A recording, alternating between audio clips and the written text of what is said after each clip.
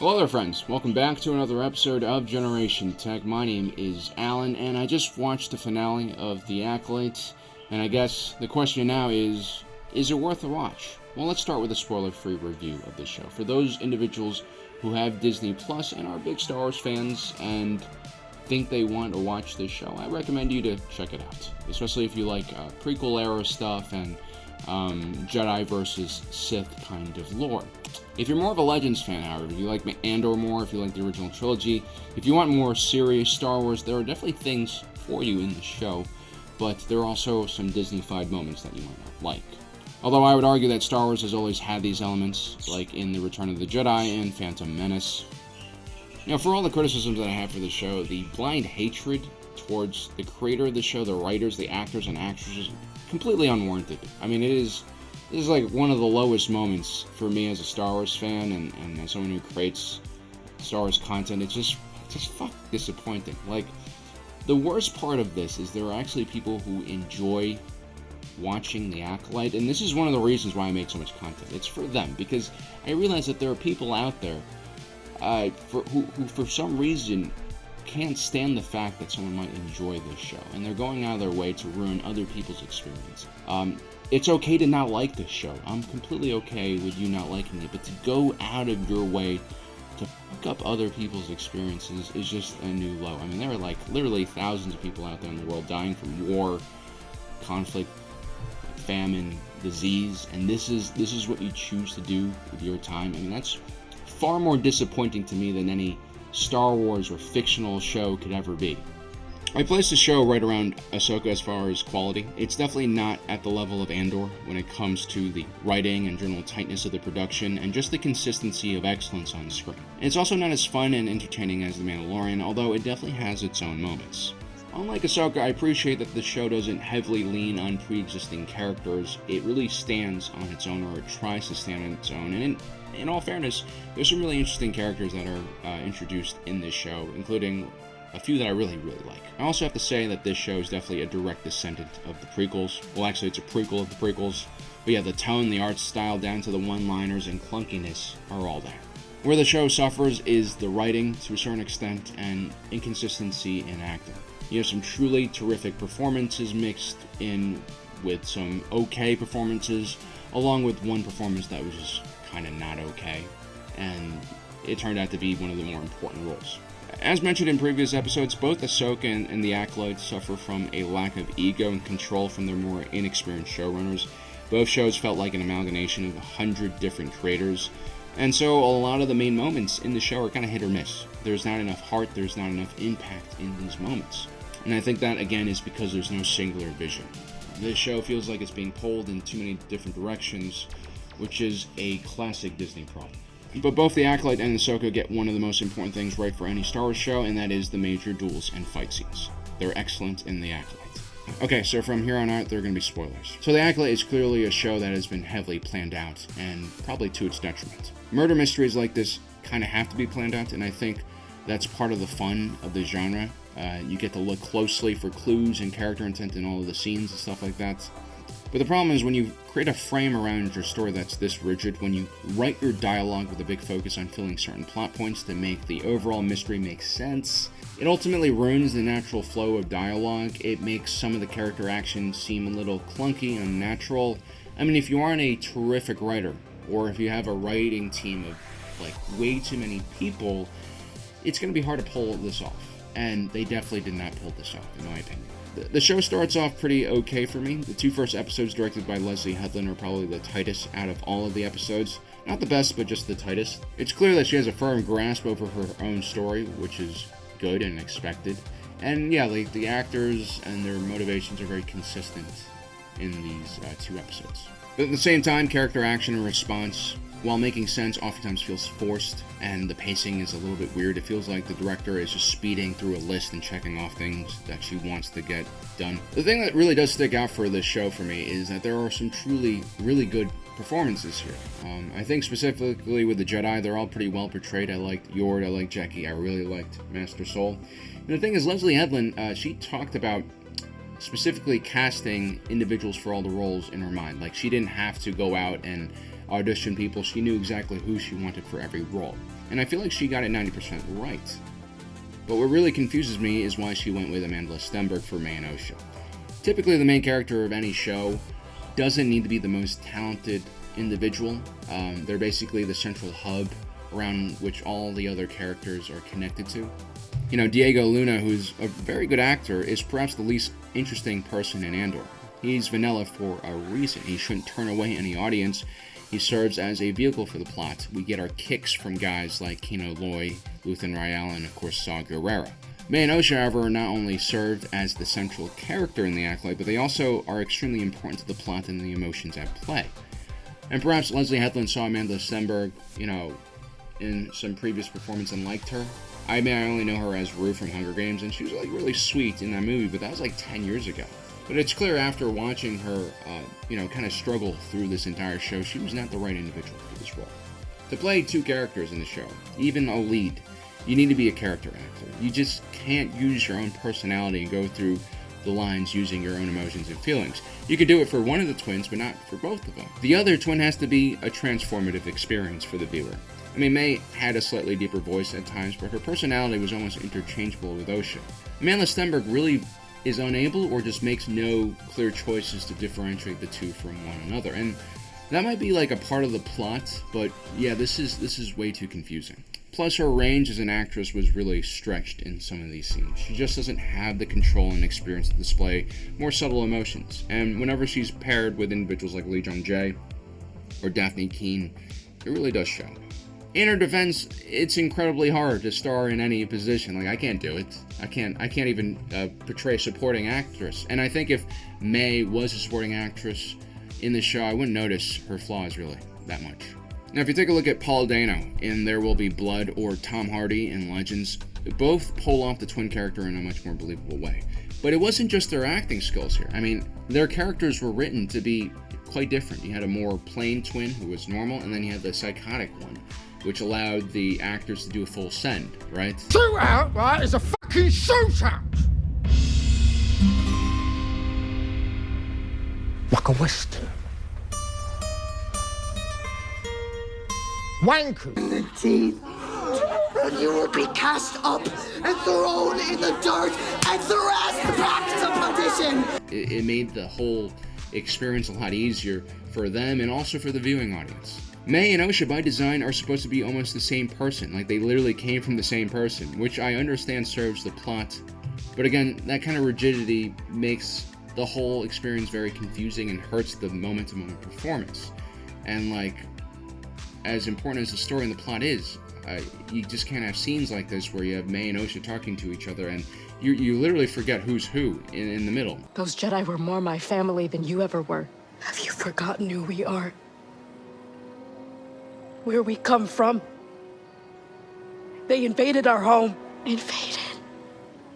Now, I feel like you can pull this off, but you really need a very, very talented actress, someone who has terrific facial control and awareness. Like Lee Jung-jae, for instance. His portrayal of his dark side influenced self compared to his light side self is not just a trick of makeup and lighting, it's really just masterful acting. I mean, he has complete control over his face. Look at the slight frown he has, the downturn on the edges of his mouth, the wrinkles on his forehead, the lack of light in his eyes. This dude is a crazy actor, but he's also extremely experienced and he's much older than Amanda Stenberg. May and Osha should have been different on screen until the very end, with May more consumed with hatred and Osha more towards the light. I actually think Osha in the beginning was pretty well portrayed. I bought her as a character, but I didn't buy her more brooding twin May. The performance was just lackluster and very forced, and the lines also didn't really help her. Attack me with all your strength. I mean, this is a classic prequel era line. It's very cringy. If you guys don't believe me, those Anakin scenes with Padme, dude, they're so hard to watch. As a guy who struggled with girls too in high school, it's so hard to watch. It's terrible. If you are suffering as much as I am, please tell me.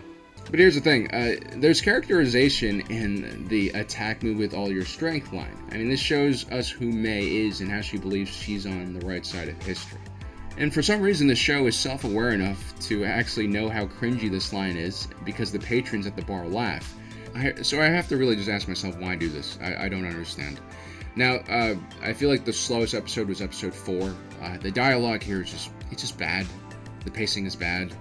I mean, some of these lines are just downright bad. I mean, it's exposition. It's them just stating what's happening on screen, which is me doing exposition about what exposition, whatever. Just show the scene.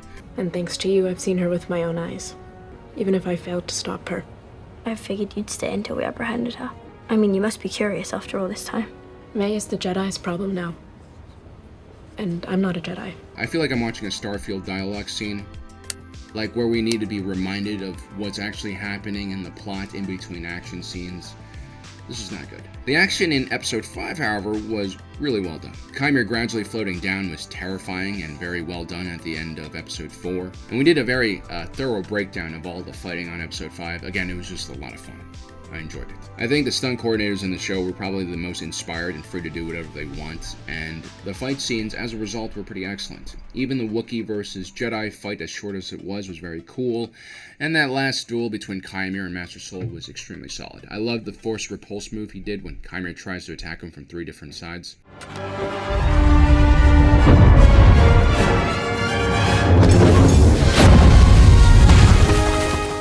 But this is a bare minimum for Star Wars. I mean, they have to get the action right. I mean, The Last Jedi throne room dance choreography with multiple combatants was beautiful to look at. The Kenobi fight with Vader and Obi-Wan Kenobi, super emotional and super Saiyan. The Baylan Skull versus Ahsoka moment, Samurai versus Knight, loved it. But all of these shows in that movie were just okay. One could say that the fight scenes, especially in Kenobi and Ahsoka, were the main highlights of the entire show. And you could argue that for the Acolyte, for a lot of people, that's going to be the main draw as well. And maybe once upon a time, I'd be okay with that, but after seeing Andor, we know now that we can have higher standards because they can actually make really high-level Star Wars.